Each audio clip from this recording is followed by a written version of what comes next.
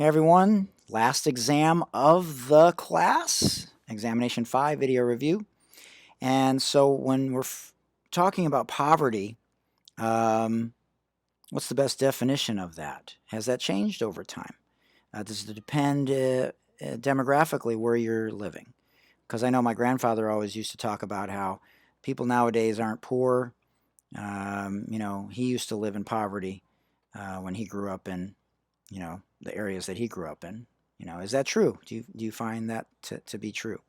Obviously, there's very poor areas in the United States. Some places don't have internet, um, even now.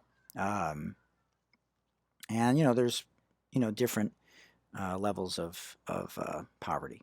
Um, in terms of going green, what is the percentage that is required to break even when you're trying to recycle in cities? And how many percent, what percentage of the people need to be recycling? And what are some examples of going green?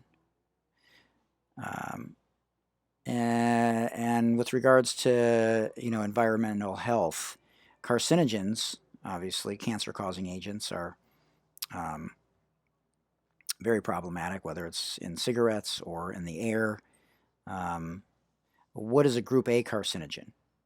What does that mean?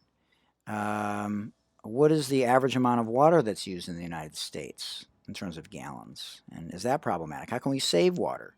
I know we've gone to at our house we've gone away from grass and gone to wood chips and rocks and you know succulents to save us a lot of money and help with the greater good. And most of the people on our street, honestly, have gone away from grass. So that's changed over the years. Solar has changed over the years. Um,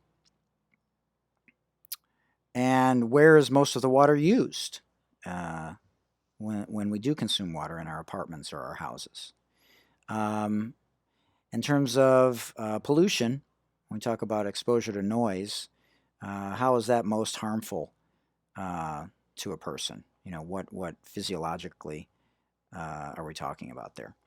What is the health benefits of natural and visual environments? I remember when we were kids, we'd have all these colors in the classrooms, and like a lot of you, and as we get older, obviously, right, the colors go away, the visual stimulation that makes us happy, that you know makes us feel good, that goes away. Um, if you discover what?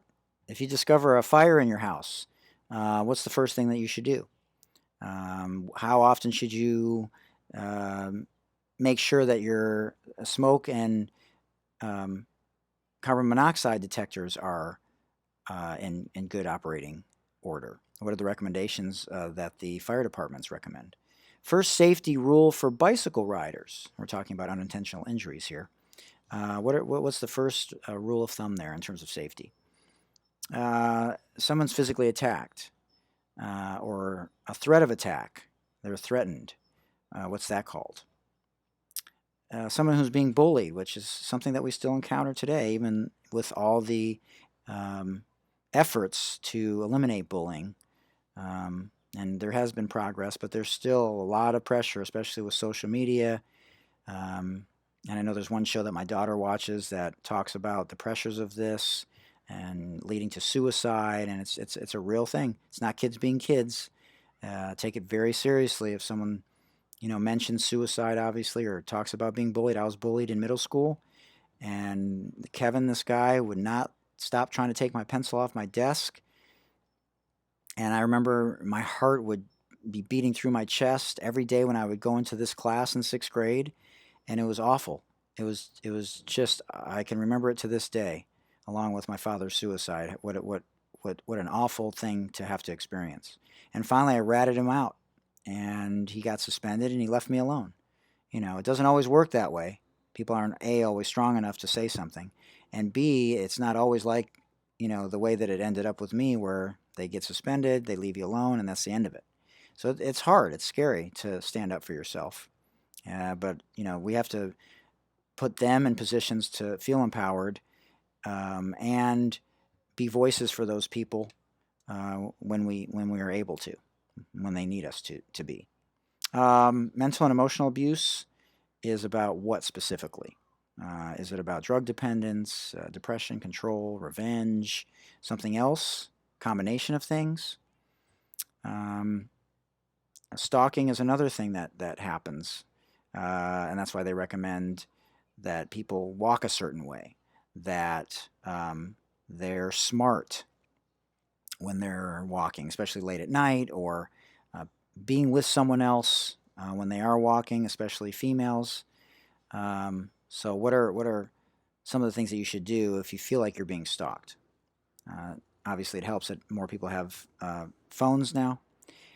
Gang members is something that's still a part of most cities in the United States. But a crime that a gang member commits to gain status in the gang is what type of crime? Drugs used to facilitate a sexual assault. Still happens at a very high rate, and maybe more in college and in certain demographics, high school wise. But what are these called in terms of the date rape drugs? What's the process by which pedophiles get children to encounter them to meet offline after meeting them online? And what do we do to educate kids and get them to understand that, as believable as it may seem, this is, something to really be aware of in terms of this predatory behavior. In terms of unintentional injuries, poisoning in homes. I remember my grandmother, we joke about it now because nothing ever happened, but she put rat poison in the basement, and my dog ate some of it, and I realized it, and I had to induce vomiting. I called the vet, and they said, give him hydrogen peroxide, and they threw up, and, they turned out to be okay, but, you got to be careful about where things are placed in homes, especially involving small children. And what are some of the safety measures that should be in place, and what are some of the things to do if you suspect that your child, God forbid, in your classrooms or your specific environments that you're dealing with, as to the reason why you're taking this class, but at home more specifically. What about teachers being mandatory reporters of sexual abuse, child abuse, any kind of abuse? Is there any exceptions to this rule where teachers do not have to be mandatory reporters? Distracted driving. I just read an article recently where somebody got their arm amputated because they were texting and driving. So this used to be just regular distracted driving before cell phones came out, and obviously this has added a whole new dimension to police officers and what they have to look out for. When you go to court, there's proof now that if you were texting, that'll factor into the outcome of cases, and just taking your attention off the road. It used to be very simple, 10 and 2. We had the radio maybe, and now things have definitely changed. And most people, especially between the ages of 16 to 24, more than 50%, text and drive or are distracted while they're driving in some way. And talking about group A carcinogens again, they cause cancer in what type of situation? Just in theory? Has it not happened yet? And is it in humans currently? Computer models? Animal experiments? What are we talking about with regards to group A carcinogens and them causing cancer? And that is it. So I hope you've enjoyed these video reviews. Hope they've been helpful. And best of luck on Exam 5. Don't forget to leave your final comments. Please submit your lesson plan and your comments with regards to your lesson plan. And I wish all of you the best of luck in all of your future endeavors. And if you need a letter of recommendation, anything like that, please let me know. And stay in touch. If there's anything I can do for you down the road, please do not hesitate to ask. And I hope, again, you've enjoyed the class and the material, and I hope you take it with you personally and in your own specific situations. And thanks again for taking the class, and pay it forward if you enjoyed the class. Let everyone else know about it who needs this requirement down the road. And please offer any feedback that you have to help make the class better. I welcome any and all feedback. And stay safe, and best of luck to everyone. All right.